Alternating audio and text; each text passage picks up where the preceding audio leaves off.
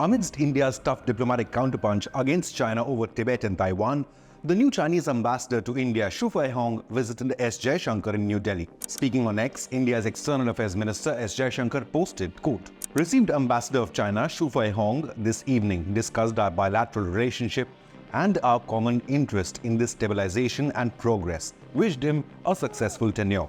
Xu Feihong recently arrived in India after the post of Chinese envoy remained vacant for nearly 18 months following the Galwan Valley clashes. Chinese envoy had presented his credentials to President Draupadi Murmu on the 31st of May this year. On his meeting with EAM S Jaishankar, Chinese ambassador posted, quote, "Honored to call on External Affairs Minister Dr. S Jaishankar today. We exchanged views on China-India relations and other issues of common interest. Thanks for his best wishes. Look forward to working with the Indian side to push forward development of China-India relations towards the right direction," unquote.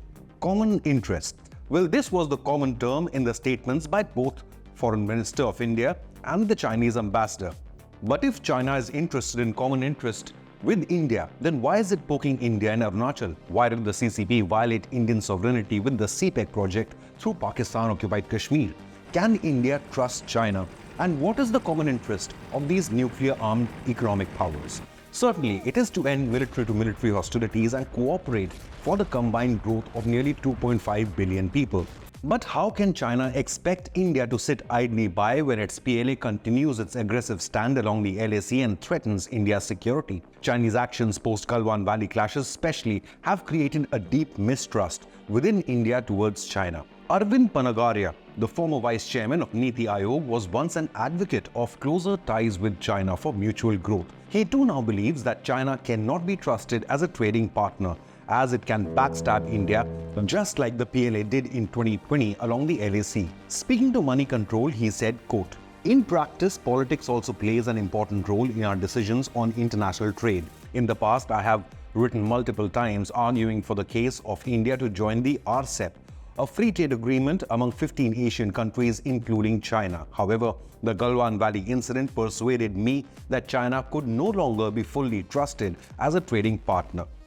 Remember, the PLA occupied previously neutral territory at a time when India and the world were reeling under the COVID pandemic, which emerged from Wuhan in China and gripped the entire world.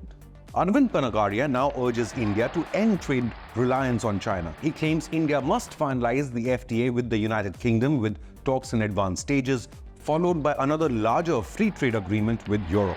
These FTAs, along with the IMEC economic corridor, India and Europe could forge an unbeatable partnership capable of challenging the Chinese Belt and Road. While he advocates geopolitical counters to China, the former Niti Aayog vice chairman says sanctions or a trade war against China would be unwise, adding, quote, "Engaging China in a trade war at this juncture will mean sacrificing a considerable part of our potential growth. Purely on economic grounds, it will be unwise to take any action in response to it or border transgressions," unquote. This development also takes place as more Western firms are wary of the US-China trade war and see India as the future of manufacturing, while India continues to boost military alliances with its Quad allies along with strategic partners like France to ensure a free and open Indo-Pacific and keep China's expansionist ambitions in check, which threaten a conflict of global proportions. Several issues led to this trust deficit in India-China relations in just the past few years. It started with China launching the CPEC through POK in 2015, followed by aggression along the LAC and imagining new names for India's Arunachal. This led to India finally hitting back with a near total ban on visas and flights from China, as well as aligning with the United States to reignite the Tibet occupation debate. Jaishankar has repeatedly maintained that bilateral ties cannot return to normal as long as Chinese PLA does not respect the status quo ante at the LAC and pulls back from previously neutral territory. India is also giving priority to its neighborhood-first policy. Bangladesh Prime Minister Sheikh Hasina was in India for the second time in just a month, ahead of a visit to China in July. On top of the agenda was the Teesta River Development Project, for which China has already submitted a bid for $1 billion. New Delhi will also be sending a team to Dhaka to re-evaluate the project and submit a counter bid. Now, India has expressed reservations on Bangladesh allowing Chinese personnel close to India's Siliguri corridor, or the chicken's neck, a strategic yet vulnerable stretch of land that connects mainland India to its northeastern states. Teesta is just one of 54 rivers connecting India and Bangladesh. Dhaka plans to dredge and utilize and further develop this waterway, and India is keen to partner its neighbor.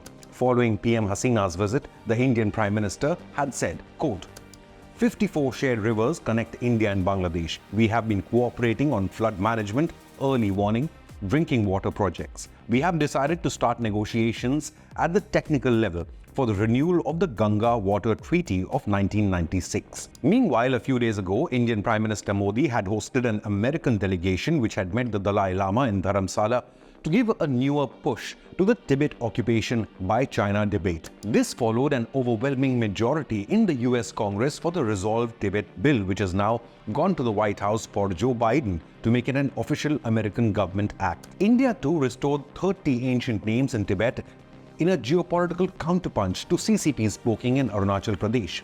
The recent meeting between India's foreign minister and Chinese ambassador in this backdrop is vital. It is a step in the right direction. However, for lasting peace, all China has to do is pull back its PLA from contested regions and respect the status quo ante at the LSE, which existed before Galwan Valley clashes in 2020. The big question, however, remains, can India trust China? And can the CCP abandon its expansionist ambitions for closer ties with India? Leave a comment, hit the like button and subscribe to Inconnect News for daily updates on current affairs and geopolitics.